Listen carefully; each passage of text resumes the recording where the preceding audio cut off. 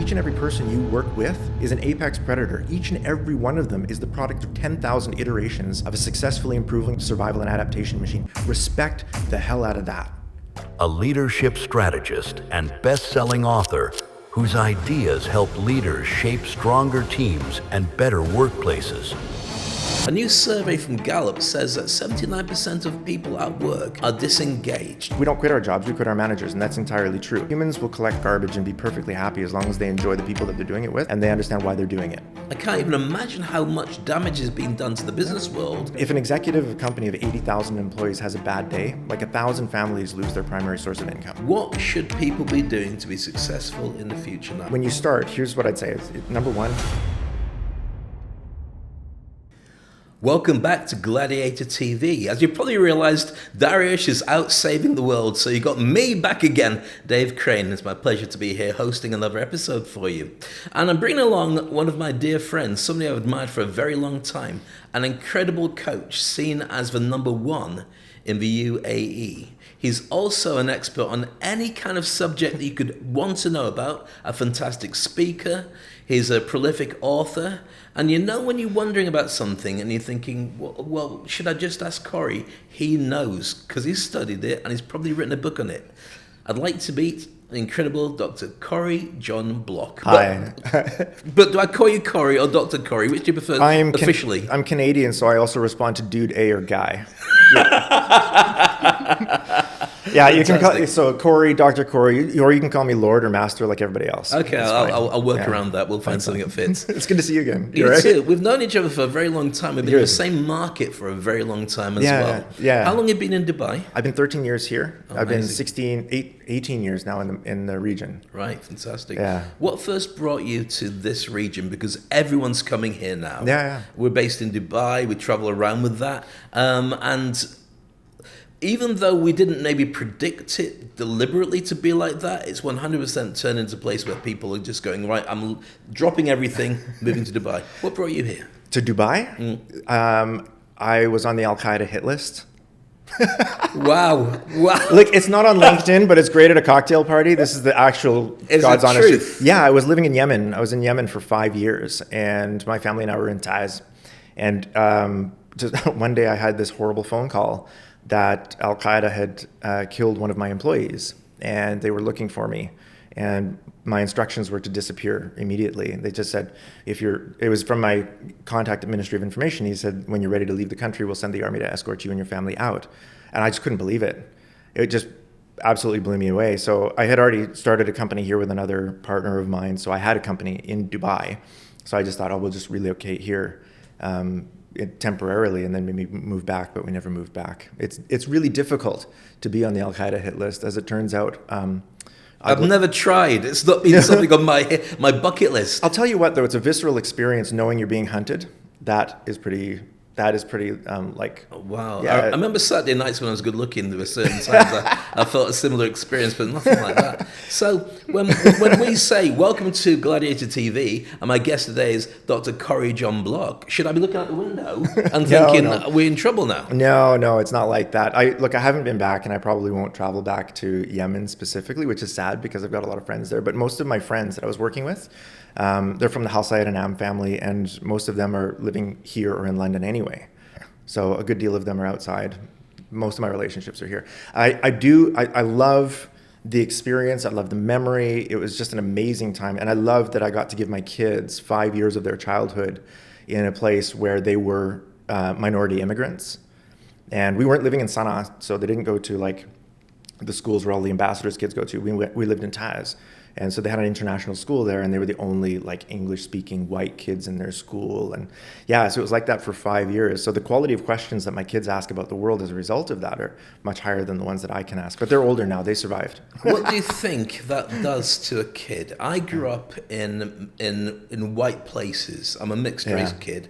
I grew up in Scotland. I grew up in England, and obviously the UK. By the time I was able to really work out what that meant for me, I decided I didn't want it anymore. And I went looking for a place where I'd feel comfortable.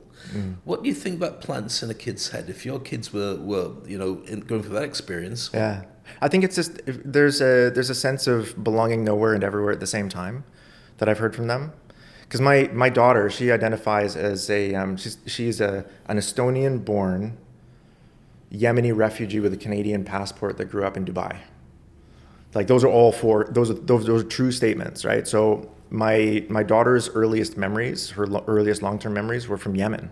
She doesn't remember Estonia, where she was born. She was really young then. Right. So when we moved to Yemen, that's where her long-term memory started. So when we moved here to Dubai, we were all sitting around the table one time. I remember with my first wife, we were like discussing immigration policy for my son for one of his classes, and they were talking about what was it, refugees. And my son said, my daughter said, "What's a refugee?" And my ex-wife said, "Well, that's when you have to leave your country usually because of war." And she's like, "Oh, Mom, that's like us. That's us." And I was just about to correct her, and then I looked at my ex-wife and I was like, kind of true. We're kind of like, no, that's actually her worldview. That's her identity. So she's identifying as a Yemeni refugee because that's all of her memory. We're identifying ourselves as we're relocating as a result of some tension. We're very sad about that, but we're relocating because it's really dangerous for Dad to stay there. But my daughter considered herself a Yemeni refugee for years.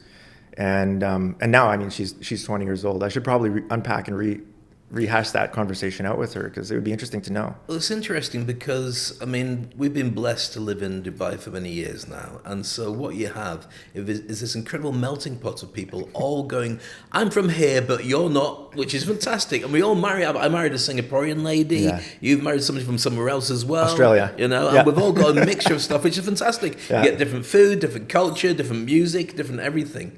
And our kids grow up not even noticing color. They've just got lots of different friends from different places. That's what it was like for me too, though. I lived in Vancouver, and I graduated from high school where I was, Caucasians were a minority. I think probably half of my graduating class, there were 650 kids in my graduating class. Half of them were either Indian or Pakistani. So I didn't really see color until I moved to Estonia.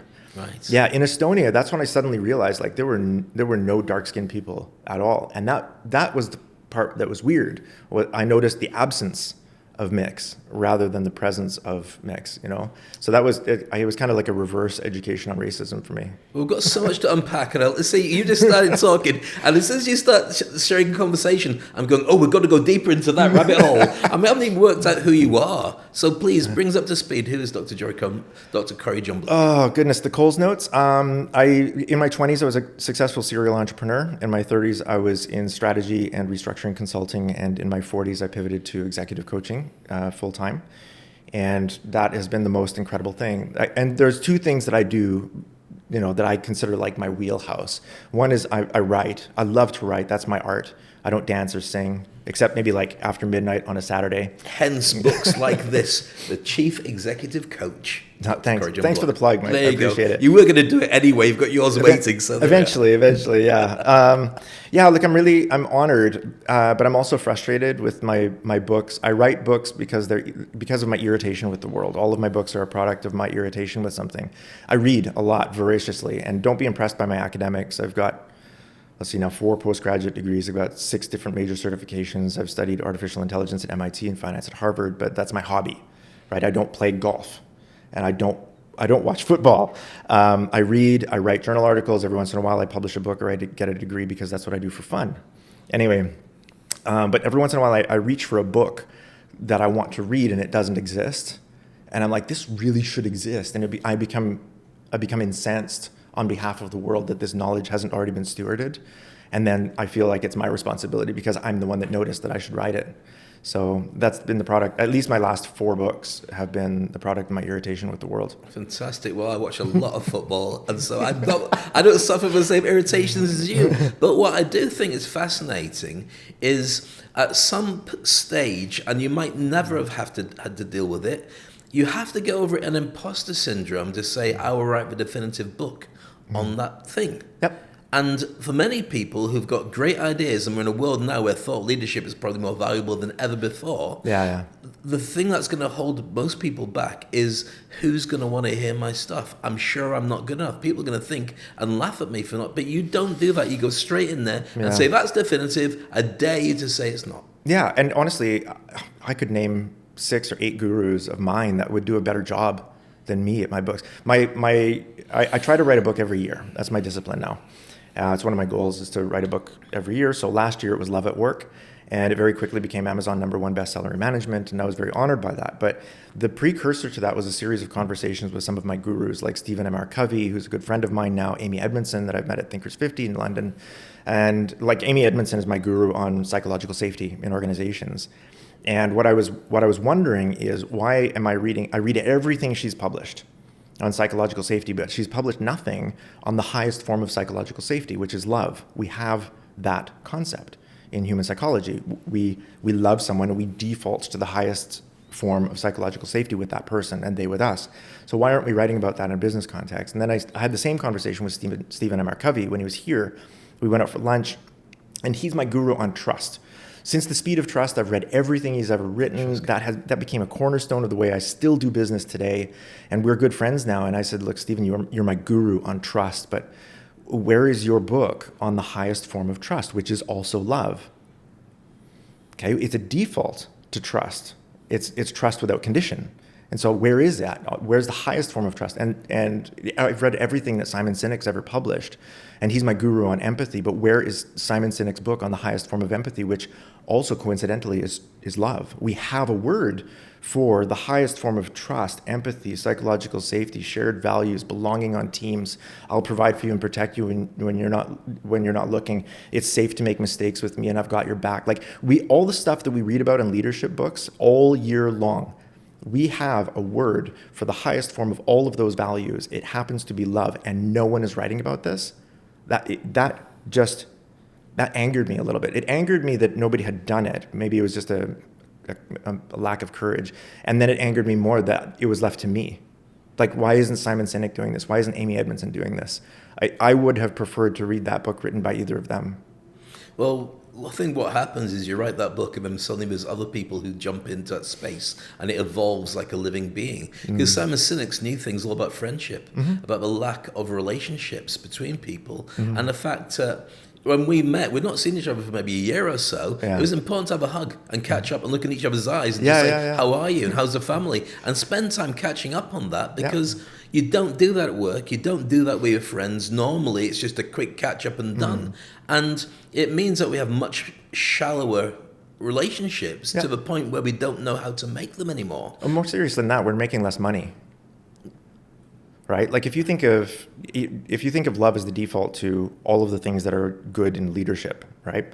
Discretionary effort, psychological safety, empathy, trust, loyalty, respect, all of that. Okay, so the highest form of human potential is only reached in a relationship where they feel loved by the person that they're working with or for. Make sense? Which means we're missing out on the highest level of discretionary effort in organizations where those relationships don't exist, which means that their shareholders are missing out on their highest level or maximum level of profits as a result of that lack of connection. So yes, Simon Sinek is on the right track, but he still doesn't go far enough. Okay, and I love start with why, but I wouldn't start with why. I start with who. We are so powerful when we're next to people that we trust and respect, and we share our values and our resources with, and we provide and protect. That is when we are at our absolute best, is when we are connected with each other, because that is the best form of selfishness. Let's say we're all selfish. Every human is selfish. We're all looking out for ourselves. We have to. Yeah, 100%. It's survival, right? It's survival of the fittest. But the fittest is fittest on teams, right? We're social creatures. We can't even have another layer of humans without interacting with each other and working together, right? In small units like families, tribes, cities, nations, empires, whatever, right? We have to be social in order to survive. There is no individual survival on the planet. You have to work together. So finding teams and belonging on teams, I read one paper that estimates it's about 80% of our neurogenetic makeup is about finding and belonging on teams. I believe so. Yeah, 100%. And we're not maximizing that in business. Like that really irritates me, that we're not doing that. It's because we're afraid of the word, I think. I would say it's actually going worse than that, because it's not just that we're not maximizing it in business. I think we're being driven to deliberately not be doing that. Yeah. So, for instance, here we are, a device, but somebody's calling me during today's session, but people are more into their devices than they are into their friends. Mm-hmm. I was watching a documentary the other day about the demise of bars and clubs. And the only ones that are surviving is when they're being converted into some kind of community hall with beer. But the actual reasons why people used to go, which is this is our social place, they just don't do it. So the friendships and relationships you have are thinner, they're more, but they're online. And so it's really hard to get that connection where you care enough. Now, from your experience of the world, would you say that is by design? Not intentional design, no. I think that's I think there's room for a business called Faraday Cage, where it's actually a bar where cell phones don't work. Right? As soon as you walk in, there's no service, right? You just run a Faraday cage around I think there's a market for that, and I think we're going to have a Luddite revolution as a result of the AI-generated content, AI-generated media. The people aren't going to know what to trust anymore, so they're going to stop trusting everything. So they're going to trust only what happens right in front of their eyes, which is great. So we're going to have a Luddite revolution, I think, in the next generation or two, where people are just going to start building smaller networks of people that are close to them physically, geographically, closer to them, and they'll exchange information digitally with those people. But somebody you've never met before, it's going to be harder and harder to trust those sources of information. I think it's going to have a couple of different directions it's going to take us. First of all, I think it's going to really drive our people's skills, because you need to get close to people very quickly. So your communication skills have to be better, as he stumbles over the word communication. But I also think as speakers, there's going to be a magic spot, and I'm guessing it's about 1,000 people in a room, might be less than that, where you need to be able to see their mouths move in real time to know it's not fake. If it's a big screen miles away, it's not quite the same thing. Your atmosphere is good, but I think there's a sweet spot. They're going into a venue like a comedy store, and you can see the person in front of you working the audience, working the atmosphere, getting the Wi-Fi code of the people there to make sure that there's a delivery of communication. And I think honestly, live events are going to be bigger in the future. I did my first public live masterclass just about a month ago here in Dubai. It was fun. I do it as an experiment. Well, as an experiment. I have a lot of people engaging with my materials that can't afford my services, right? They can't afford me to do training, coaching, speaking directly, right? So there's a layer of people who really want to interact with me and with my materials, but they can't afford me. So they were begging me, can you put on something public? Put on something public, we'll come. So I did this experiment, right? And I said, we're going to have 25 seats. We're going to do a masterclass on love at work. I'm going to teach you love-based leadership. And it costs you $100 to register, and it's fully refundable at the end of the day. Because people don't show up, right, for live events. They book and then they don't come. So I was like, it only costs you money if you don't show up. I'm going to pay you to be here. And then I bought everybody lunch, and we had like amazing conversations. But it was brilliant because this little community developed out of that particular event, because people were connecting with each other. And we had people from 20 different organizations, like CHROs and CXOs from massive organizations that were showing up, connecting with each other on the concept of love-based leadership in executive performance. And it was such a high level and high impact conversation. And I started to see the value for my audience about, those live events and public events. Definitely. So I think that's coming back. Because the second thing I was going to talk about is the fact that we've gone through a period of the last couple of years where influencers have been rock stars. Wow, you've got, look at the following you've got, and the comments and the likes and the shares, and you show people your dinner and everyone gets really excited about it. And I don't think that's the metric that people will be using from this point on. I think it's all about community. Who's there with you? Who are the people that would not even take a bullet for you, but vouch for you? Who would turn around and say, no, this is a good person, and would check in on you. And I think that I don't know what the numbers are for that community, how big it can be. I know that the number 150 people had been used for having a company. It's Dunbar's number. There's 150 in the car park spaces. If you go bigger than that, you need a separate company to be a sister company. What do you think the number would be for that? It's Dunbar's number. It's actually a well-researched anthropological axiom that humans in groups of between 120 and 150 can't self-organize. Okay. Right. So we kind of lose track of our relationships at that point. There's a maximum number of maybe 250 acquaintances that you can have before you start losing track of people. Right. So because none of our ancestors earned us the right to be born by knowing more than 250 people ever. So they didn't have that burden. And so we're not built with we don't have systems for that. We haven't evolved for more than right. 250 acquaintance relationships or more than 150 people in our in-group. So we need external texts like constitutions, epic poems, mythologies, contracts, sacred texts. In history, typically when we have a larger group, we develop a text. In business, we call that the vision, mission, value statement, or the purpose statement, or the objective, or Simon Sinek calls it the why. Doesn't matter, it's all semantics, and it's all based on 1 million years of anthropological history. If we have a large group, we need an external text. So yeah, I think there's definitely a breakpoint at the 120, 150 mark where the nature of the organization changes, and it has to be more systematized, and we create policy, and we create procedure, and we create like a how now shall we live document out of that so that everybody has something objective to point to. But how does that work then when we're seeing a more blending of, there's more people working at home than ever before, and that's kind of like a norm in many cases and maybe in most cases. Yeah. But what is actually the work number? What is the social number? And can they be the same thing? Can the same people populate both groups of your work-life balance and your friendships? Yeah, look, there's no such thing as work-life balance, first of all. That's a myth. That was invented in the 80s by cold consulting firms that wanted to convince you that your work was other than your life, so that when they cut you from your job for reasons that had nothing to do with your performance, you didn't lose your life, you just lost your job. Yeah. Sorry about that. There you go. Right? But that's not, psychologically, that's not true. Psychologically, our work is our life. It's at least, if your life is a combination of all of the experiences you gain between birth and death, fully half or more of those will be gained in a work context, remote or otherwise, right? So that's not other than you.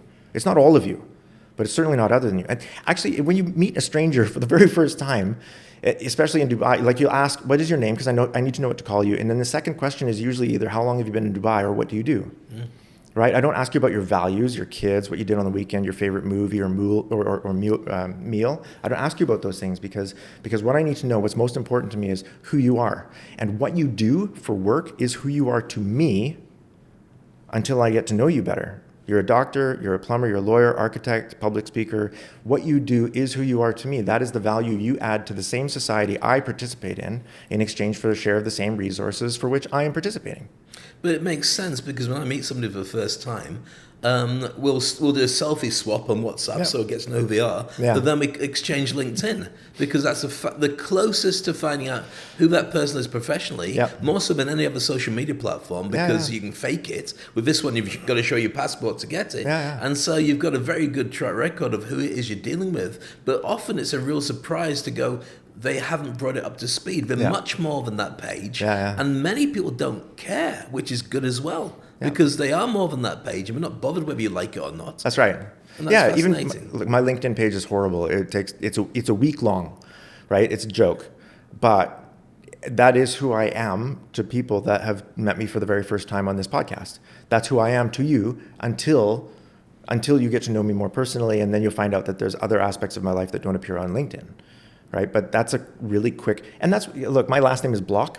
Because in my family history, we were Masons. We built things. So Block, Last name Smith, probably your family history is in metalwork. Last name Cartwright, probably your family history is in shipping or transportation, something like that, right? Like, so we act in a lot of societies, our family name or tribal name comes from the function that our family provided to the tribe in exchange for a share of the meat. Do you know where Crane comes from? No. So my great grandfather of some description, it was actually Krone. It was German. And my granddad and my granny escaped from Nazi Germany during the war. They arrived in the UK. And they changed their name. And Crohn's disease, the Dr. Crohn, is my ancestral grandparents. And so you're named for a disease. Yeah, that's why people treat me like that. I couldn't help. I'm sorry. It's okay. I couldn't help it. Do you want to start? But the great thing about it is, when I interviewed my dad before he passed, I didn't, of course, know he was going to pass. About 3 weeks before, I did 12 questions on Zoom, found out who he was, and got some fascinating stuff back. What I didn't realize is when my grandfather came across during the Second World War, being a German in your early teens, they were kept in these, not concentration, detainment camps. Didn't speak any English, were clearly German. and had to find a job in England. Wow. Can you even imagine during a war how you managed to do that?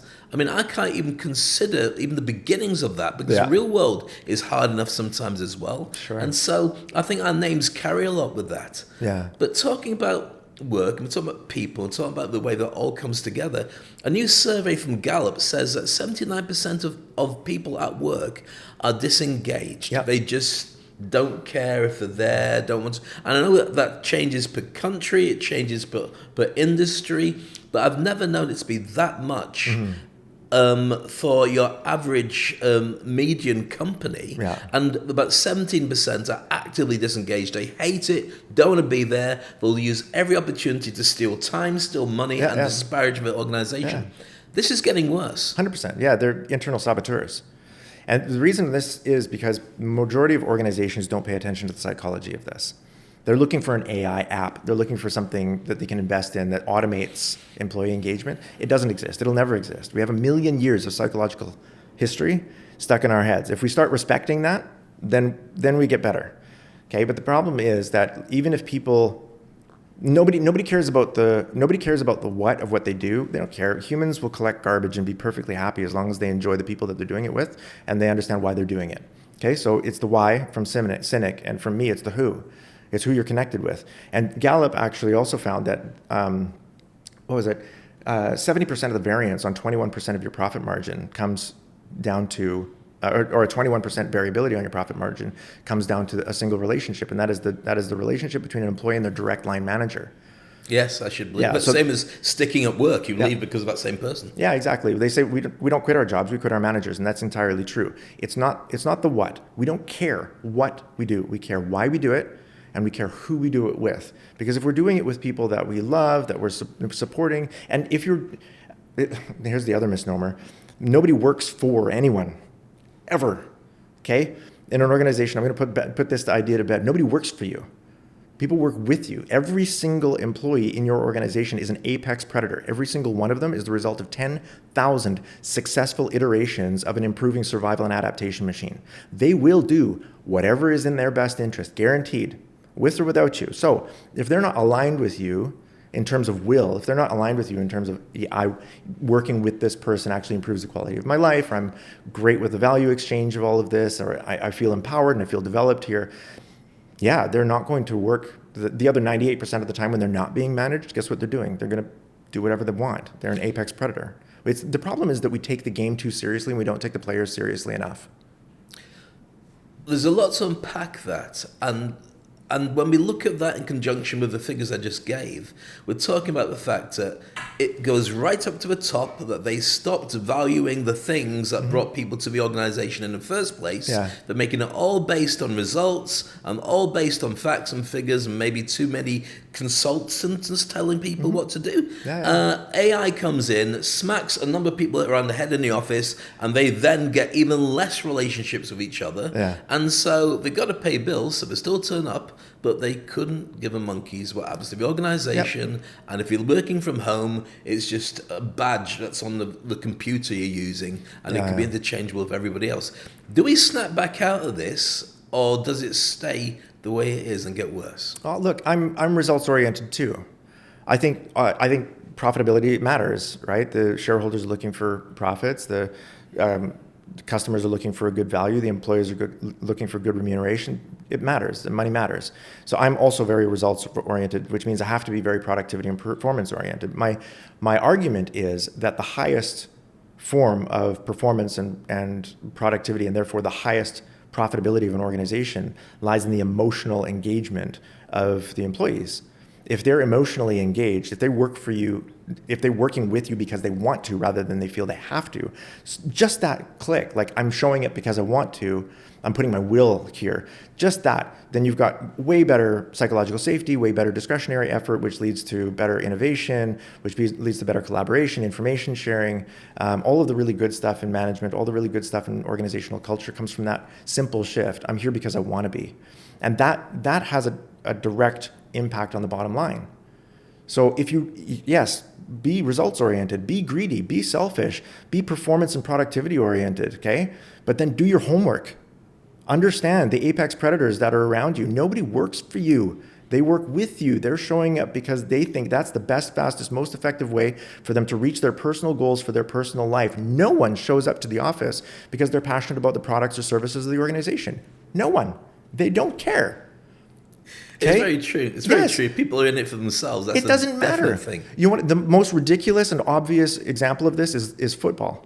Right. You think Lionel Messi shows up every day to kick a ball around on grass because he just loves kicking a ball around on grass? No, it is not the what of what he does. He doesn't care about that. It's the who and the why. That's why he shows up. This is very interesting. I remember hosting an event, a global CIO summit, and previous sessions I've been to these guys, they were talking about we need to get CIOs into the CEO position because they're one of the most important decision makers in the organization. Yeah. They look at the systems, they choose the software, they put it all together, they've got massive budgets, they answer to the CEO, but they're not CEOs. And it's always been a case that let's get them to do that. And only out of a survey I ran with them, there's about 25% wanted to be CEOs, but only 4% were actually making steps. And we're trying to work out what it was. And obviously part of the problem is, if you're a CIO, you're a geek. And so you're great at software, but you're not good at people. In order to be CEO, you've got to be good at all the different departments to then bring it all together. Yeah. So what actually is a better way of doing it, and I shared it on a presentation, is thought leadership for individual CIOs. Yeah. Do what you do better on a global scale. Yeah. And if people are able to, if bosses can see that and elevate you as that, not trying to put you into different holes, then you can do better. And that way people get excited and they stay and retain that relationship with the organization. It's even worse than that, actually. I'll tell you why. And I deal with this a lot in the book, is the language barrier between members of the executive committee. Right. So you have a CIO, right, who's like, I tell a story about a guy named Dennis, who's the chief digital officer for a company of about 70,000 employees, global organization, and he was the new chief digital officer, and his CEO called me and said, hey, I'm having problems with Dennis. So I was like, okay, what's the problem? He says, he produced, he's 90 days in, produced a new strategy for the organization, digital strategy. I didn't understand any of it. It was 70 slides long, right? Didn't understand any of it. Can't sign off on something I don't understand. Told him to go away, bring it back in a week and make it more comprehensible. Well, he came back a week later, and it wasn't comprehensible, it was comprehensive. It was 120 slides, and now it contained a whole new set of vocabulary that I didn't understand. So I was like, so you want me to translate Dennis's strategy for you? And he says, no, that's not my job. I don't need to understand that. That's his job. I need him to communicate that to me in a language that I understand, right? And so the problem was that Dennis had spent his entire career in IT. He started out in cybersecurity, moved his way up through, portfolio management and content management and, data center management, and then became director and then deputy CIO to another organization that came in as this is his first CDO role. But this is the first time in his 30-year illustrious digital career where he has to speak languages. He has to speak HR, he has to speak finance, okay? And his CEO came up through the finance function. His CEO speaks finance. It doesn't speak IT, right? So, and what do you do when you're the first time CXO in any organization? You get your chief title for the very first time in your career. You spent 30 years in HR, boom, boom, boom, HR. Spent 30 years in finance, boom, boom, boom, finance. What do? You want to add value. So it's not malicious. You want to add value in a language that you're super competent in, which none of your teammates are competent in. So you're feathering around in finance because you're the new CFO. The HR person is zoning out, checking their WhatsApp because they don't understand. They don't care. They don't deal in WAC and beta and valuation scenarios. They don't deal in probability weighted But isn't this NPV. a massive point? Because if you look at probably the most successful TV presenter of our time, Oprah Winfrey, worth what, $4 to $6 billion. Yeah. It's a little gap, $4 to $6 billion. Built this incredible empire, and at no point can you ever say she used a long word. Ever. Yeah. She would interview these incredible thought leaders and celebrities and scientists, but if she didn't get it, which she did get it, she'd say, I don't understand that. Can you repeat it? Because she knew her audience wouldn't get it. 100%. And they'd have to dumb it down again, and it just made it popular. Because you never felt that you were not in good company, that didn't care about you enough to make the show available to you. Yeah. The bait and switch is that when we bring somebody onto the executive committee for the first time, we bring them on for their competence, and then we don't need it. We're not going to judge you for your technical prowess. We're going to judge you on your ability to collaborate with people who don't speak your language. And we don't teach them how to do that. Not at all. And Right? and I think that the more people are soloed and siloed, the less they're even able to communicate with their own people, Yeah. let alone people from a different mindset. Yeah. I mean, my wife, for instance, she's a techie. She doesn't understand you at all. I know her. No, well, that's right. Yeah. You must have talked to her recently then. I'm glad you get on with her. No, but the point is that when you've got different ways of viewing the world, it doesn't matter how much you care about each other. You are talking different languages. Yeah. Even if you're a kinesthetic or a visual or an auditory person, you have missed signals. I can't even imagine how much damage is being done to the business world because people just don't. And it's not that they don't get on. Yeah. They genuinely, enthusiastically do want to get on with each other. Yeah. They just don't get what that person's talking And about. to bring it right back to your example of Oprah Winfrey, she does a very good job of asking clarifying questions to force the vocabulary down. And that's great. And great CEOs do that. Great leaders, great communicators, great public speakers, they do that. They ask really good questions that are aimed at trying to help you to understand this. If you had the vocabulary of an 8-year-old, how would you explain that? And that's what needs to be done in the executive committee, and that's what needs to be done with employees, and that's what needs to be done with their managers, so that we can understand. We are not machine parts. We are humans, not resources, right? And we are definitely humans, not capital.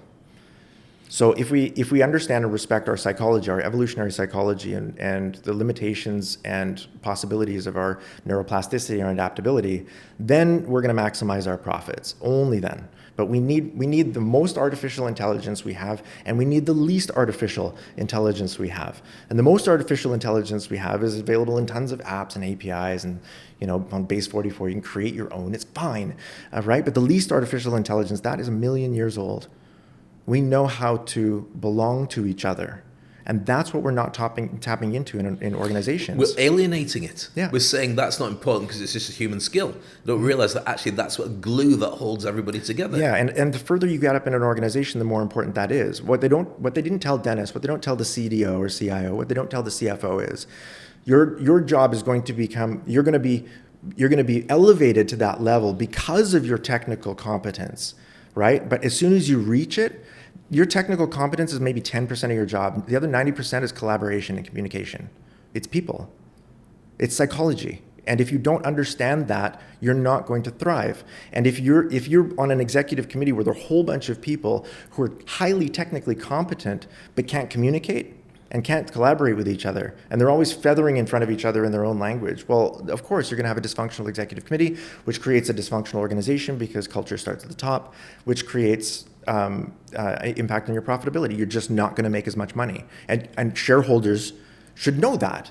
If you're a shareholder in an organization, you need to pay attention to the diversity measure on your executive committee and your decision-making bodies, because it leads to more profitable decision-making, right? And you need to pay attention to psychology and coaching in those roles, because that leads to higher performance and higher productivity. It's not a feel-good investment.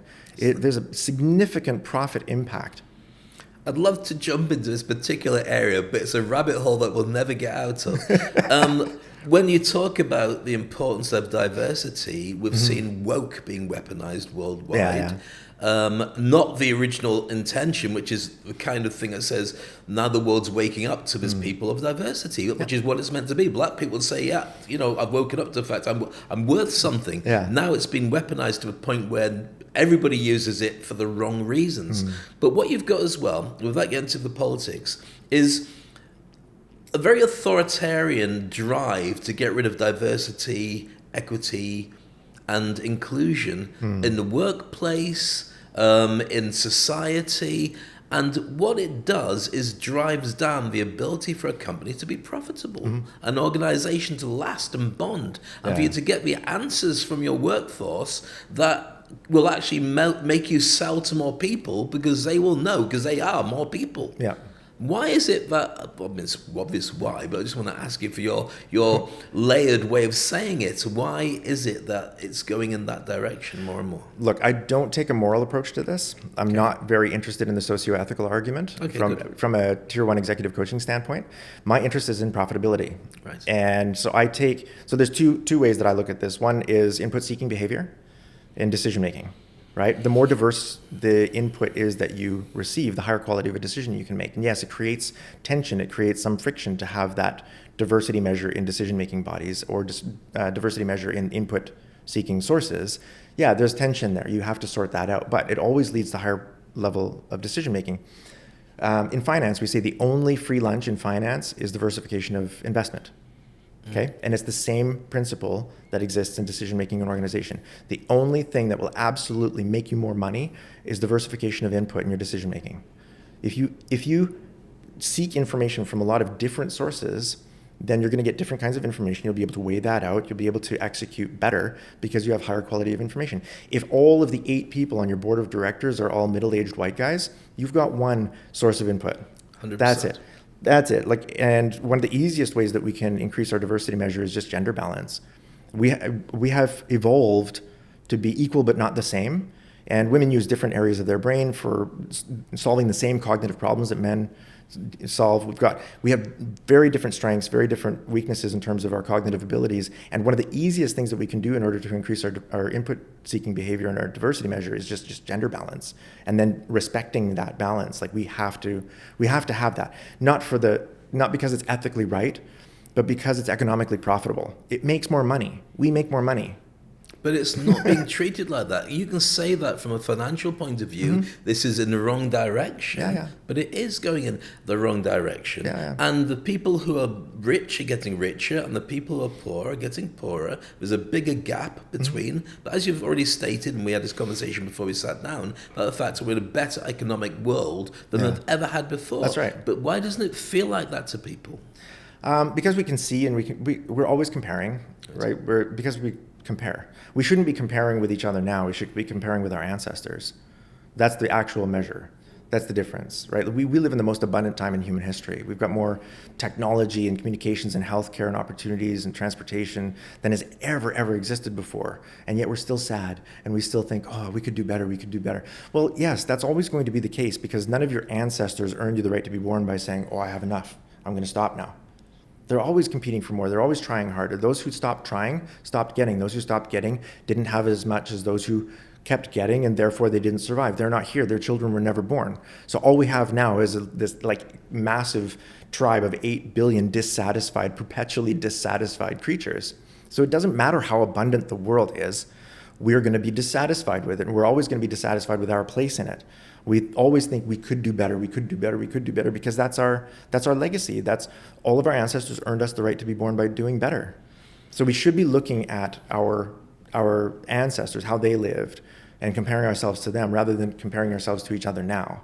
That's probably a better... But it's like when I talk to people about the importance of being content over trying to seek happiness. If you can get balance with content, you can always be content. It's an easy thing to be. Whereas being happy versus being sad or angry is a constant, I'm not happy enough.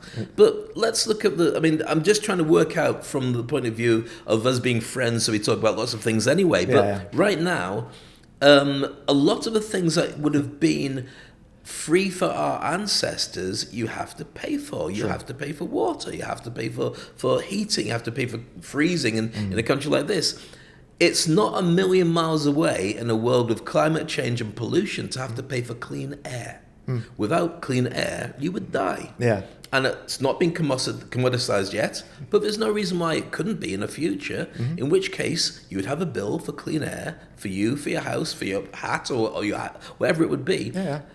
That would make more unhappy people, but it doesn't seem a million miles away from what we've already got used to. Do you think we need to move away from all these gadgets and all these goodies to be able to understand that being happy and being yourself isn't about what you make, it's about who you are?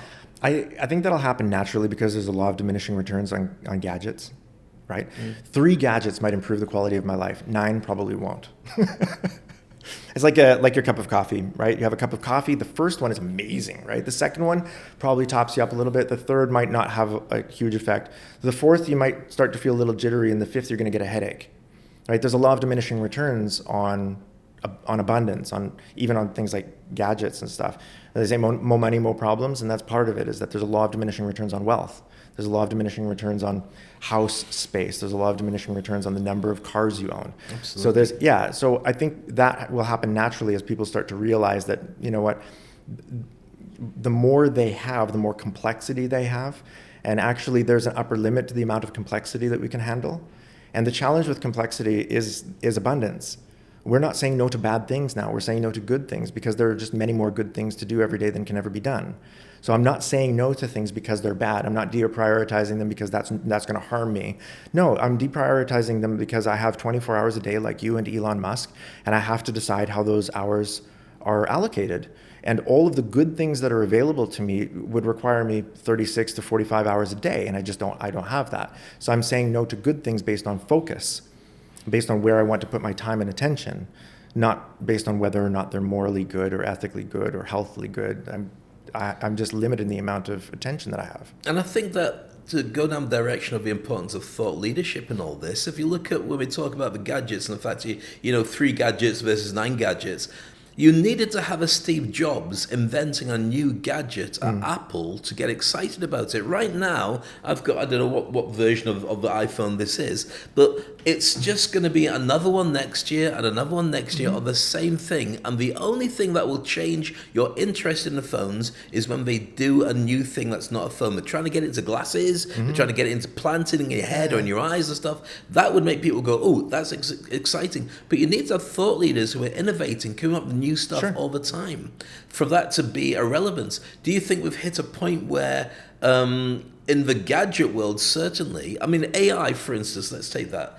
ChatGPT, when it first came out, I'm sure the same as yourself, I jumped in, paid whatever I had to pay. I've had ChatGPT all the way through. There's a number of different ones. I've heard better from there. I don't need any more. I've got one that does most of the work for me. And if I need to dabble, I'll dabble somewhere else. But I'm pretty good with that as my assistant.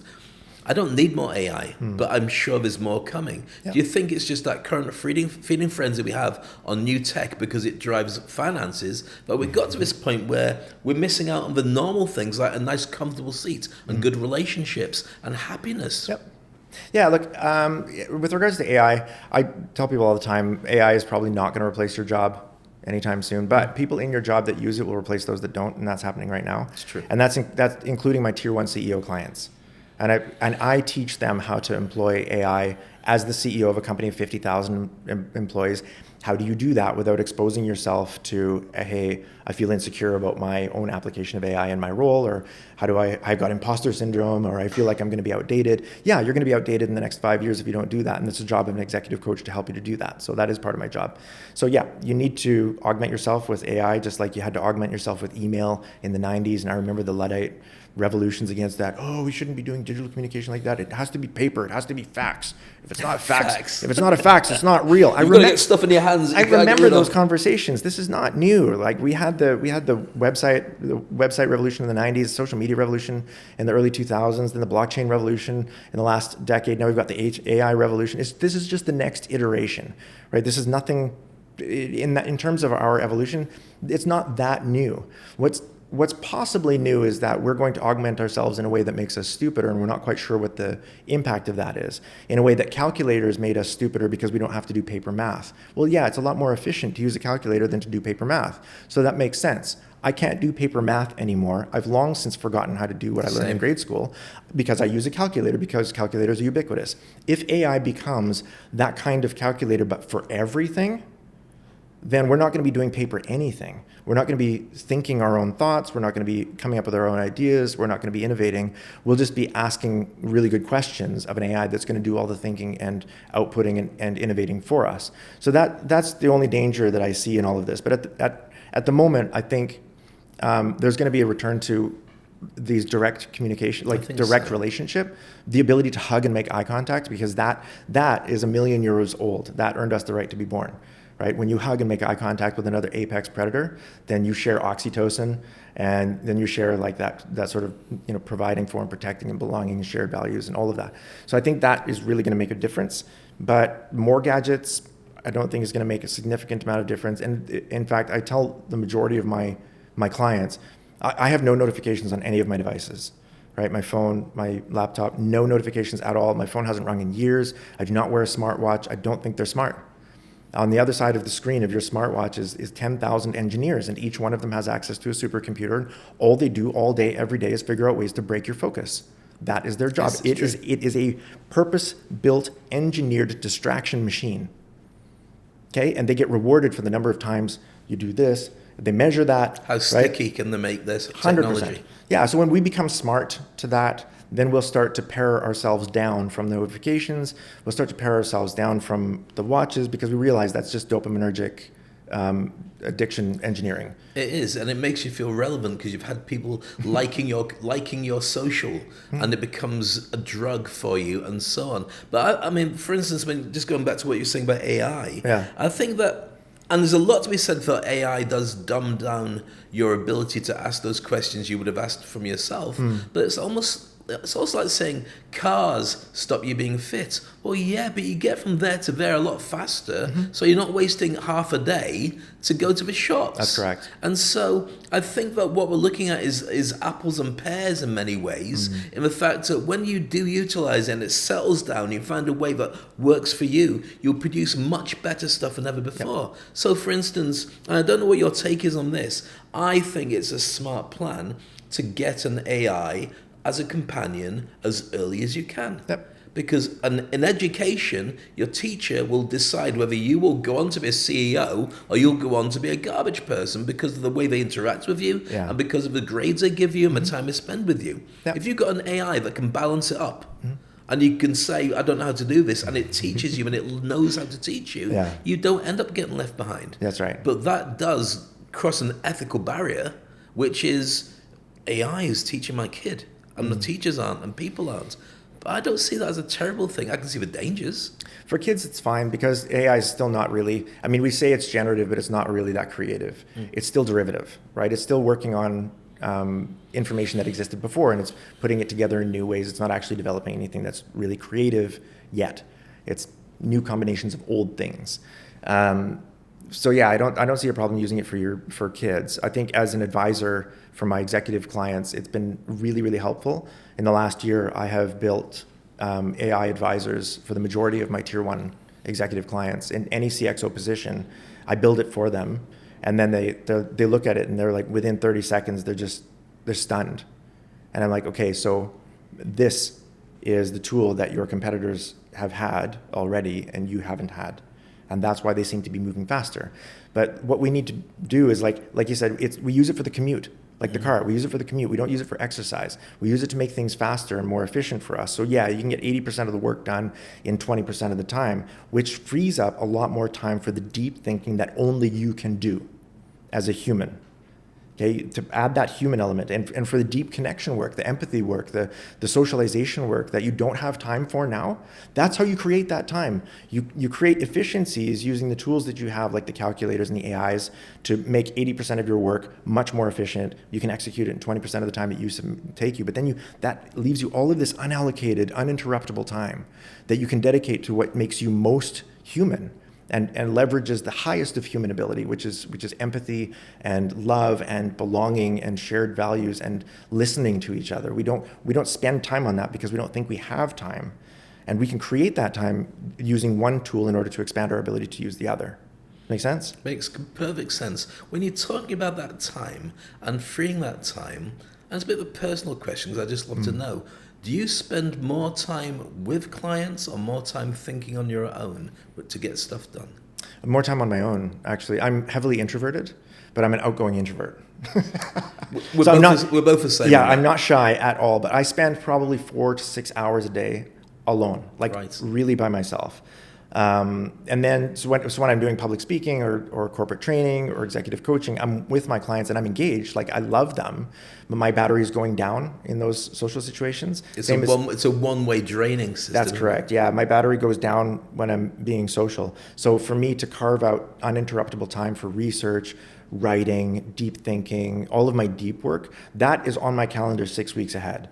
Like, I've got entire days just blocked off, writing. And if I don't defend that time, I won't get it. And that has an impact on me in terms of recharge, but it also has an impact on me in terms of my thought leadership and my ability to actually add value to the clients that I'm serving, right? I need to be as good at coaching their game as they are at playing it. And that can only happen if I have that time for developing myself. So when you develop yourself, is there also time spent when you're just doing nothing and having you time? We call that rumination. I've never called it Yeah, kids call it boredom now. Okay, right. But in thought theory, we call that rumination. That is the time when your brain has run out of things to think about and it starts to wander. And that's when you become super creative. And so you'll start ruminating like around the 8 hertz mark, where you're just at theta, at the border of theta and alpha. When you're just waking up or just going to sleep, you'll start ruminating about things. You come up with really creative ideas then. You can meditate or practice mindfulness to get yourself into that place. And if you start with a blank slate and you're just constantly writing things down, then you'll ruminate into creativity that you would have never found before, because your brain is looking for new connections, it's looking for new biases, new heuristics, new categories, new ways of making sense of the world. So rumination, being bored intentionally, yes, it's a practice of mine. Fantastic. And it's something, I think it's something that is becoming exceedingly rare, and it's going to become a much greater performance differentiator. I think so. I remember watching Deepak Chopra. It was a gig actually in the old school Dubai, where it's called the Wellbeing Show. I was a speaker there, Paul McKenna, Deepak Chopra. Yeah. And I watched Deepak Chopra speaking for about an hour, and the guy, 2 hours, genius. And everyone's writing copious notes. And I'm watching him, I'm thinking, I have no idea what you're talking about. No idea. And he was going for everything. And then at the very end of it, he said, so therefore your thoughts happen in the gap between when you're making things happen and when you've got nothing going on. It's got to be filled, and a thought pops in. That's where the genius is. Yeah. I thought, why didn't you lead with that? The rest of it would have made perfect sense. And he's exactly right. Like you just said there, when you're in that state between, right, I just want some me time. I don't want to think about anything. I want to chill. It fills itself with something. Yeah. And that something allows you to go, oh, wow, that's amazing. But most of us think it's a wrong time, but it's not. For me, like you, I have to pencil it in. Yeah, it's your brain doing what it's been doing for the last million years. It's trying to make sense of the world, right? And we have such a powerful machine. Look, as a neuroplastician, I understand the brain is a combination of proteins and chemicals and electricity. That's it. So it's wonderful, but we can hack it. We can rewire it. Whatever fires together, wires together. Whatever fires apart, wires apart. And you can actually teach it to wire itself in certain ways, it's a fascinating study. But yeah, we don't spend as much time as would be valuable for us being bored intentionally.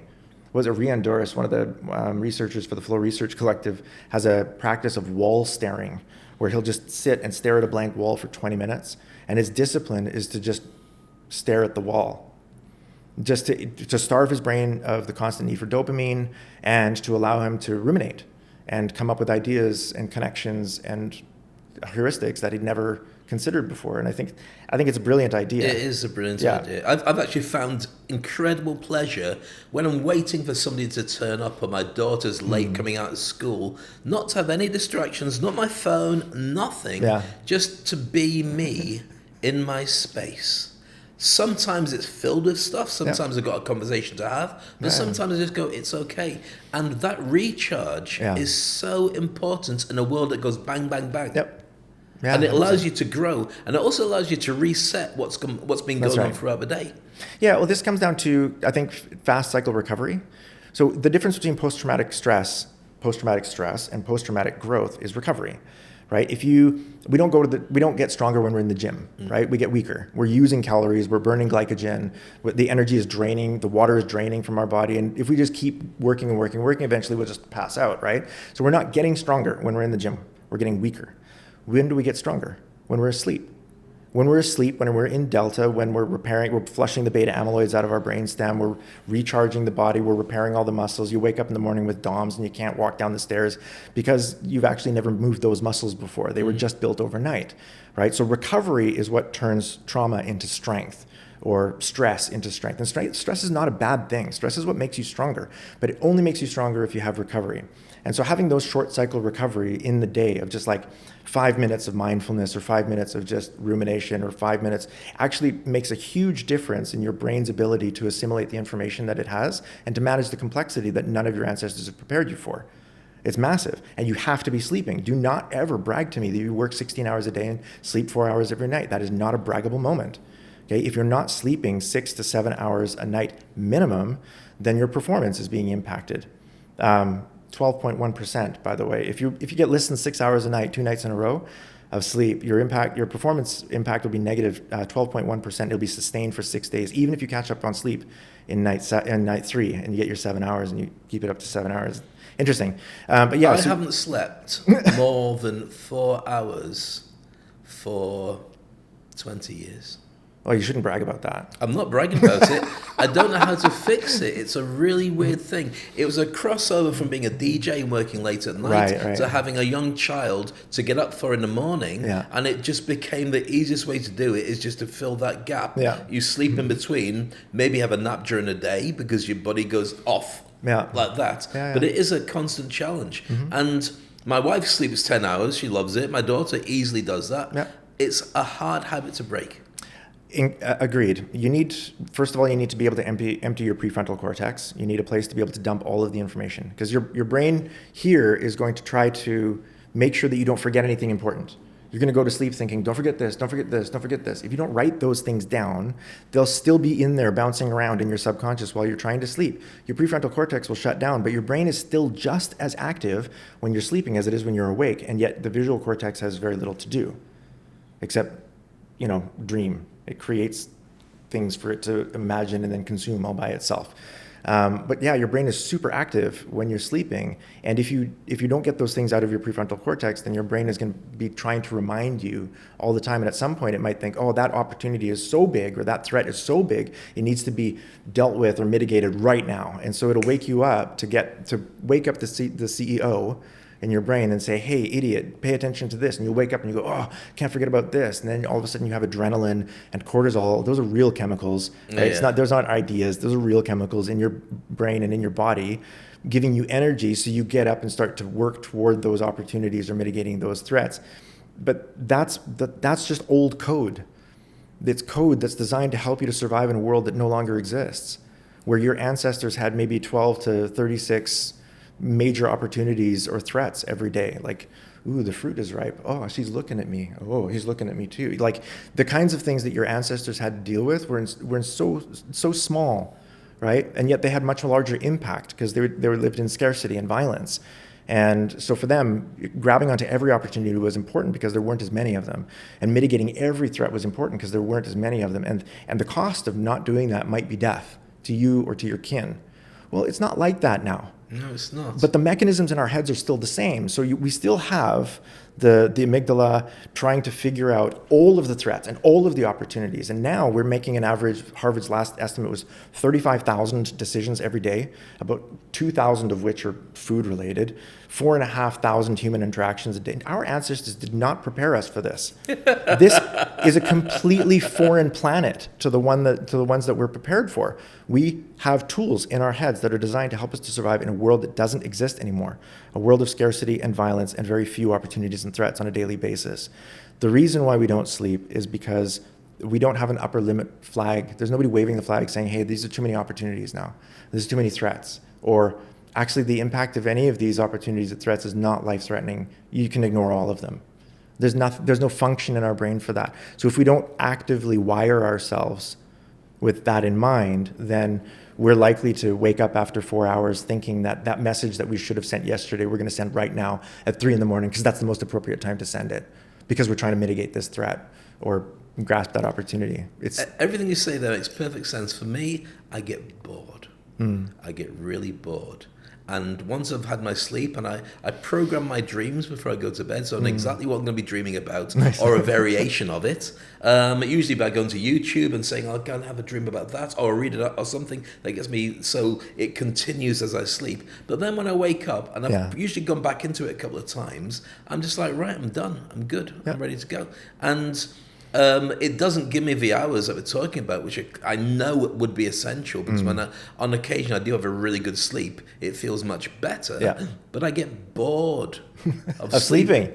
Oh, well then you're not going to be as productive as you want to be when you're awake. That's no doubt. Yeah, and that's the reality of it, is if you don't get enough sleep, if you don't spend enough time in delta, and that's really what it is you want to measure the amount of time it takes you to get into delta after you close your eyes, and the amount of time you spend in delta.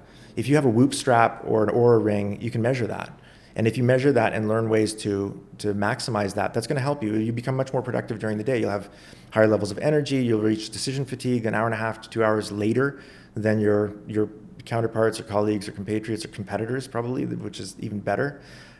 You'll have the energy that you need to spend with your kids after you get back from a long day of decision making and hard work. Like, we're running out of energy at 2:30 in the afternoon on average. We reach decision fatigue. We cannot make a decision after that, which is why we doom scroll Talabat, wondering what to order. We spend 30 minutes doom scrolling Talabat because we have no idea what we want to eat for that day.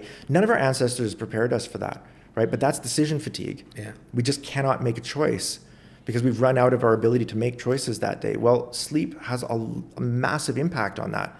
The number of choices you can make, the speed at which you can make them, and the accuracy with which you can make them. It has to do with your sleep. If you don't recover, then your stress will lead to post-traumatic stress. It'll be continuously bringing you down in terms of your ability. But if you recover, if you sleep, if you have short cycle recovery during the day, if you have a vacation every once in a while, you take a week off every quarter, whatever, that kind of recovery cycle, it turns trauma into strength. It turns stress into strength. That's how Olympians do it. They sleep. Yeah, I don't doubt it. My way of dealing with it is my Saturdays are free. I don't do any work. My Saturdays are recharging. Sleep in if you can. Waste time if you can. Yeah. Because then you can hit the work better later on. I want to be able to ask you a question now. Sure. Which is really about the future of the executives. Where they need to be, what they need to do. We've got a real problem, and we talked about the stats for Gallup saying 79% of the average workforce are not engaged by being at work. They just deal with it. A lot of the problems come because the managers are the same. They don't care either. Reinvention is a massive challenge for people because they've been in the same education system for such a long time. The idea of doing something different from what you've been taught to do is sacrilege, and I don't even know how to do it.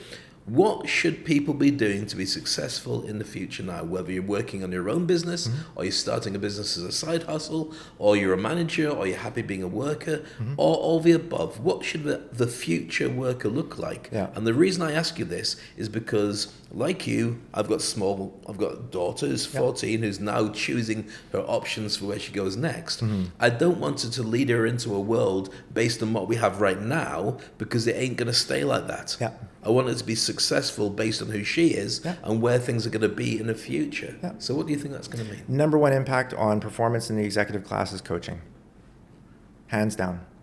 What do you call an athlete without a coach? An amateur. What do you call a violin player without a coach? An amateur. What do you call a football player without a coach? An amateur. What do you call an executive without a coach? Boss. Yeah. It's silly. It's funny because the risk profile in Olympic sports is very, very different than the risk profile in executive leadership. An Olympian misses the gold medal, what's going to happen, right? Their nation's going to be disappointed for 15 minutes. They miss out on the medal, so what, right? It's like sad, we'll try again in 4 years from now. But if an executive of a company of 80,000 employees has a bad day, like 1,000 families lose their primary source of income, okay? You can wipe 4% off of the stock value, and then 150,000 investors have to carry that cost. You take $1 million off the bottom line, whatever, right? An executive has to be on all the time. Olympic athletes, they train 90% of the time so that they can be at their highest performance level, 10%. How much time do executives spend training so that they can be at their highest performance level? They don't. They don't. And yet they have to be at their highest level of performance 100% of the time. They are on the field of competition every single day. Every decision they make or don't make, every minute of their lives matters because culture starts at the top and the performance and productivity, therefore the profitability of the organization comes down to the leadership of the executive committee. And we are not treating them like the Olympians that they are. There are exactly 2 airline CEOs in the UAE. 2. That is an Olympic level role. Okay, you think the number of people that compete in this sport at the Olympic level, 2 per nation, 5 per nation, 1 team per nation. So you've got maybe 15 in the logistics industry, maybe 8 to 10 in the hospitality industry that are at the Olympic level in this country. they should be treated like Olympic athletes, and they should be performing at the level of an Olympic athlete. They should be tracking their sleep. They should be talking about their leadership and performance. They should be building omni-talented teams by doing gap analysis and not filling the gap. I cannot tell you the number of times I've been frustrated by this. It doesn't matter what you use, Berkman, DISC, Hydrogen Struggles, the leadership assessments are great. But then what do we pay attention to? We pay attention to the gap analysis. What are you not good at? Well, that is absolute bullshit. You do not focus on that because that is strengths. That's the definition of your humanity. If any leader could fill in the gap in a leadership, in an H&S leadership evaluation, you'd be a god.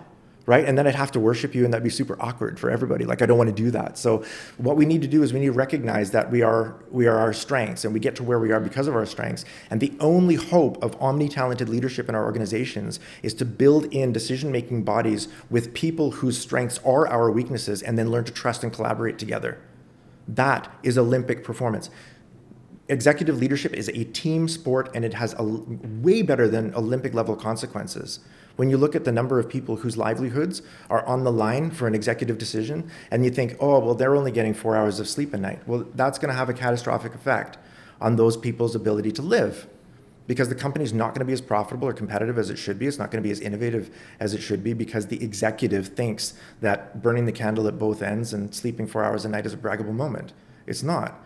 That's food off of their plates. You're robbing people of their highest level of potential. And that's the other thing too, is with executives, is they are themselves being robbed of their highest level of potential. Did you know that I was reading the research last week? I don't want to make up numbers, so I want to make sure I get this right. The personal income benefit to an executive who starts executive coaching will be within 12 to 30 months on average 22.5% boost in income, because they perform better. Because they're working with somebody, with an executive coach, not a life coach, not a career coach, an executive coach. The job of an executive coach is to help an executive perform better as an executive. Same as Olympic football coach's job is to help an Olympic football team perform better as an Olympic football team. Of course. Right? My job is to help an executive perform better as an executive. And what do you think the impact of that is? Better collaboration, trust, knowledge sharing, more omni-talented teams, better understanding of themselves and the world, and they have a competent confidant that they can share everything with. And that fills one of the most incredible gaps in executive leadership is loneliness. They are heavily isolated. You can imagine the CEO of a company of 50,000 employees. Like if they've got a little bit of imposter syndrome today, right? Because they're not dealing with AI in their role, or they've got a little bit of insecurity about a strategy that they're pursuing. Who do they talk to? You can't talk to anybody. No one. They can't talk to anybody. You can't tell the executive committee. I'm having a bad day. 100%. Yeah, because that robs, what it does is it erodes the confidence in that your executive committee needs in your leadership in order to get shit done. And you can't tell your board of directors, hey, I've got a bit of imposter syndrome today, because that erodes the confidence that the board of directors needs in order to delegate the authority that the CEO needs in order to get shit done. And they can tell their spouse at home, but most of the time your spouse doesn't want that crap at the dinner table, right? Kids don't need that. Don't bring it home. And don't bring it home. You're told not to bring it home. Work-life balance, myth. And your spouse might be generous enough to just sit there and listen to you over a glass of wine or whatever after dinner, but they can't help you. They have no idea how to support you. So it's disempowering for them, and it's disempowering for you. And so our CEOs, our CXOs are living these lives where they have insecurities, they have imposter syndrome, they have no one in their lives that they can talk to about it. And they burn out. That's exactly why they burn out. Because they're alone. There is no way we would send an Olympic athlete to the Olympics without a coach. This is why. So reverse engineering that, we're looking at the top end of people and the challenges that they have.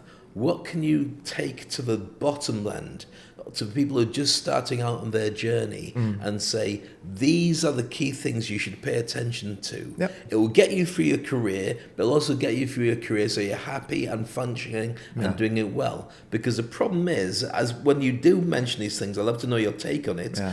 All the way until the very top, you're going to have people saying, don't do it that way. We don't do it that way. We don't do it like that. It's going to be hard to get from there to there when you know it's right, but in the middle, there's deadwood. Yeah. Most of that is just, tendency and culture. All the rules are made up. I would tell them at the bottom when you're first starting out your game, whatever game you're in, right? Whether it's football or luxury shoes, oil and gas, airlines, doesn't matter. It's just a game. It's an economic game. When you start, here's what I'd say: number one, all the rules are made up. And they're made up by people not smarter than you because they were written yesterday, and you have access to today's quality of information. Okay, so all the rules are made up. All the games that all the rules are based on were also made up. Luxury shoes, how old is that? A couple hundred years maybe? Oil and gas, it's maybe a century, right? Airlines, not even a century old. We made up the game. We made up the game and we made up the rules, just like football. We made up the game and we made up the rules. The interesting thing about football isn't the rules or the game. It's the team and the impact of the fact that the game exists. You know, like if you think how many players are on a football team? 11. No, those are how many are on the field. How many are on the team? Oh, it depends. Social media experts, legal consultants, physiotherapists, doctors, managers, owners. You've got an average of about 2,000 people on a football team. Now, the most important question, the interesting question is how many families are being fed every day because the game of football exists? It is an arbitrary game. It doesn't even produce luxury shoes or oil or energy. It is an arbitrary game where grown-ups kick a ball around on grass in one direction while another group kicks it in the other direction. And yet it feeds millions and millions of families and educates millions and millions of children every year because it exists. That's what makes it interesting. So I tell people in the beginning of their career, don't take the game too seriously. We made it up. But take the players very seriously. Each and every person you work with is an apex predator. Each and every one of them is the product of 10,000 iterations of a successfully improving survival and adaptation machine. Respect the hell out of that, okay? Because they will do whatever is in their best interest. And we are designed to want to belong to each other. So if they want to belong to you, they're gonna do whatever is in your best interest too. They've got your back. They'll provide for you and protect you. So number one, take care of the least artificial intelligences that you have. Your ability to belong to each other, to connect, to empathize, to share stories, to share life, to laugh. And don't forget that because it's just a game, you can also just play. Have fun, right? Don't forget to play. We made it up. Don't take the game too seriously. So the least artificial intelligence is number one. The most artificial intelligence is number two. Pay attention to the sharpest tools in the shed that are being developed in your role or in your industry, because those who augment themselves will replace those who don't. Fascinating. One more question, and it's been something that's been buzzing around in my head for a very long time, and it's the demise of the rock star and the growth of the rock star. Yeah. So when we were, and I'm a little bit older, but well, not far off, our day, if you're a rock star, you're a rock star movie star, or you're a rock star pop star, or a TV presenter, or something that had that job, that role. Nowadays, a rock star is somebody who's a thought leader or a business leader. Yeah. And instead of having songs or albums or movies, you have an app or a movement or a platform. Yep. Where's that going, or has it just shifted? Because YouTube stars are the new pop stars, but community is going to be more important than influence. I agree with you. Community would be more important than influence, but the drivers of both of those things are the same. So we don't follow leaders because of who they are and what they represent. We follow leaders because we're selfish, and doing so improves the quality of our lives in some way. We feel better when we're entertained by them. We feel better when they give us a piece of advice and we enact it and it works, right? They're giving us social tools, we put them into practice, they work for us. That's why we follow leaders. We don't follow leaders because they're awesome. We follow leaders because doing so improves the quality of our lives and we're selfish. So more and more influence and leadership has to be focused on the worthiness of being followed. Okay, so you think from an organizational standpoint, managers are created by other managers, right? That's a structural decision. A manager creates another manager. That's the way that it fits into the structure. Leaders aren't created by managers, and leaders aren't created by other leaders. Leaders are created by followers. I think it was John Maxwell said it best. Like if you're a leader but you don't have any followers, you're just going for a walk. So like look behind you. If nobody's doing what you're doing, if they're not emulating you, if they're not repeating your axioms, if they're not putting into practice what you're saying, then you're not. Nelson Mandela. Sorry to interrupt you. Yeah. Nelson Mandela, 27 years captivity. Mm-hmm. Clearly one of the world's greatest leaders of all time. 100%. On his own in solitary confinement. That's right. Leader? Not leader. 100% leader. But he had nobody following him. That's not true. At the time he did. At the time, they're following his missus, Winnie. Yeah. But they were outside, yes, but he was modeling what they wanted for themselves. Right? Nonviolent direct opposition. The hope of the death of apartheid and the freedom of Black South Africa. Like what he represented would improve the quality of each and every one of their lives, and he was the paragon of that representation. Even if they didn't interact with him personally, everything that came out of his mouth or was leaked out of that cell trumpeted that horn. That is who he was, and he never broke character on that. So he earned the right to represent what would have improved the quality of all of those people's lives, and it turned out to be true. But here's the point, and this is what I mean. I'm looking from the point of view where he is as a leader. Mm-hmm. He doesn't look behind him and see followers. He's in solitary. Mm-hmm. Before he got banged up, he was a terrorist to most of what the regime was seeing him as, using violence and so on. That's why he got put away. Yeah. But the end result is he comes back as one of the world's greatest statesmen. Yep. There's a gap between being that leader and getting followers to buy into you. You don't get followers to buy into you. That's a myth. You just followers said about John Maxwell. Followers buy into you because you're worthy of it. Because you've attracted the attention of an apex predator who thinks that somehow being behind you in this is going to improve the quality of their life or their ability to survive. That is all leadership is. Leadership is the worthiness of attracting the attention and loyalty of another apex predator. It should be respected that way. And Nelson Mandela wasn't without his own leaders. You ask him who his leaders were during that time. Who were they? They were Martin Luther King, Mahatma Gandhi. This was nonviolent direct action at its best. He was following people whose actions and attitudes and behaviors were going to improve the quality of his life as well, because he was going to achieve his goals by following them. Not because they were great, but because the tools that they provided were going to improve the quality of his life, and he was right. The bet that he made paid off for himself and millions. So was he alone, or was he connected during that time? Oh, you have to ask him. I'm sure. Like I'm not being facetious. No. I'm just because the reason I say it is because more people are alone than ever before. We still need to have more thought leaders than ever before, and the world of rock stars is rewarding you for that great thinking that turns into something. Yeah. Community is a wealth and a value that has emotional, financial, future success attached to it. Yep. But to be that leader that stands out, you will have to be in the wilderness at some point. And it might seem you're coming out of the dark and suddenly people are clapping, like coming home for a birthday party, but there is a gap. That's what I was asking you about, because to be on your own during that time, you may end up opening the door and there's nobody on the other side. Yeah. Were you a thought leader or not a thought leader? No, if nobody's following you, you're not a leader. You might be a manager, though. Managing people? Yeah, or managing ideas or information. If nobody's following you, you're not a leader. That's it. And that doesn't happen on the org chart. Followers select their leaders, and leaders don't have a choice. You're not given a choice in whether or not you're going to be a leader. Somebody decides to follow you. That somebody is an apex predator. They've got their own free will, and they're the product of a million years of wisdom. So do you need to have the ability to amplify your message to reach the people so they can find you? Because that's where social media, which we don't like, but we do need. It's helpful if that's what you want. If you want a lot of people to follow you, or if you believe that your message is going to improve the quality of a lot of people's lives, then yeah, you need to turn up the volume. We've got tools for that. But that doesn't mean that your message is worthwhile, right? Your message is only worthwhile if another apex predator says, I'm going to put my weight, my time and attention, I'm going to give mind share to this person, this idea, these ideas. That's yes. If they vote with their feet, then what you have is leadership. Interesting. The two biggest rock stars on the planet right now, which without getting political, are probably Trump and Musk. Yeah. And they have tons of followers and tons of people who will do what they say.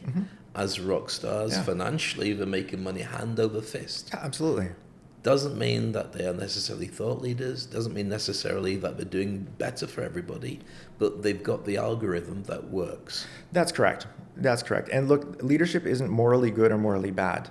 management isn't morally good or morally bad. You can have bad managers and bad leaders, good managers and good leaders, right? It's the ability to influence another apex predator to use their resources in the direction that you want to go. That's leadership, right? If you can influence people to do that, they select where they're going to put the. But we've got lots of historical examples of powerful evil leaders, very powerful evil leaders, right? Like, what was it in? Oh goodness, I don't want to misquote the magazine. It was either Time magazine or it was an article I read online where they categorized Genghis Khan as one of the world's most historically successful lovers. And I was like, the behavior of that mass rapist had absolutely nothing at all to do with love. Like there's no way that word and that name should occur in the same sentence. And yet that's how so that's the packaging now. But he was PR and packaging you're talking about. But you can talk about him as a highly effective leader. Yes, he was a highly effective leader, and tremendous numbers of apex predators voted with their feet for him because following him would improve the quality of their lives, and it did. It did, at the expense of other apex predators and the qualities of their lives. And that is what's happening on an economic standpoint from guys like Trump and Musk. But what they did was they just made the what was covert, they made it overt. Right? But they're like one of the biggest challenges that Musk has had over the last number of years with business, and Bezos has the same thing, is regulation. Right? They hate it. Government regulators and all of these boxes they have to tick, and people looking over their shoulder and looking at their finances and auditing and all of that. They hate that. It stifles innovation and it makes it slower for them to move, and they make less money. So they just figured out, rather than lobbying the government to change regulation, they'll just take over. They can take over because they figured out how to run the influence machine. They get enough votes, they can take over the government, they can dismantle the regulators, which is exactly what they did. They just defunded the government. What do you think the impact is going to be on the free market? Well, it's going to be more laissez-faire. The companies are going to be able to do what they want because there's no referee on the field. So you can kick the ball. Regulation. You can kick the ball wherever you want as long as you can score a goal however bad you want. You can trick people. It's fine because there's no referees anymore, right? We don't fund them. We're just not going to pay the ref's salary. So you can play the game differently. Now the rules have changed because, well, the rules were all made up anyway. But that's what Musk and Trump have done, is they've just made the covert overt. They've just said, look, we've been puppeting the government for a long time now. Let's just take over. We're used to doing that. We've taken over companies, we've bought buildings, we can take over a company and just run it our way. Musk did that with Twitter, right? He just bought it. You want a company? We'll just buy it. You want a government? Fine. We'll just take that over. If it's in your way, take it, use what you can from it, dismantle what doesn't work for you. And they're just doing exactly the same thing with the government as they used to do with the business. It's not new. It's just a new application of very old tools. And again, rock stars, thought leaders, if you don't like what's being done, it's up to you to use these new tools to be a voice and lead people in a direction where you want them to go. Yeah, look, represent a world that you would want to live in and see if anybody else wants to live in it. What a great way to end the conversation for now. It's been an utter pleasure. I've got to leave with showing this, your latest book. As you can see there, Chief Executive Coach. I haven't got it signed yet from Corrie, but I'm going to make sure he does do. And that's available in all good bookshops and online, Amazon and everything as per usual. Thanks, Dave. It's been an utter pleasure seeing you again. Lots of love to the family. Thank you. I can't wait for our next conversation because I have no idea where it's going to go. And half the conversations we've had are not shareable with anybody else. That's fair. And that's one of the reasons I love speaking to you. Likewise. Fantastic. Thanks, man. Appreciate it. So there you go. That's Corrie Block. Make sure you check with him on social and make sure you follow him and all the different opportunities that you see him live and get him in to talk to your bosses, or even better, just learn by reading his books. Here at Gladiator TV, we come up with the very best guests. We get you to think about things differently, and hopefully you've got some comments, some thoughts, things you like, things that you dislike, and things that you share with us to be able to improve what we do to make it more effective for you in the future. Let us know. Dariush will be back in the future. Look forward to catching up with you again next time, and I'll see you. Have the most amazing time between now and then. This is Gladiator TV.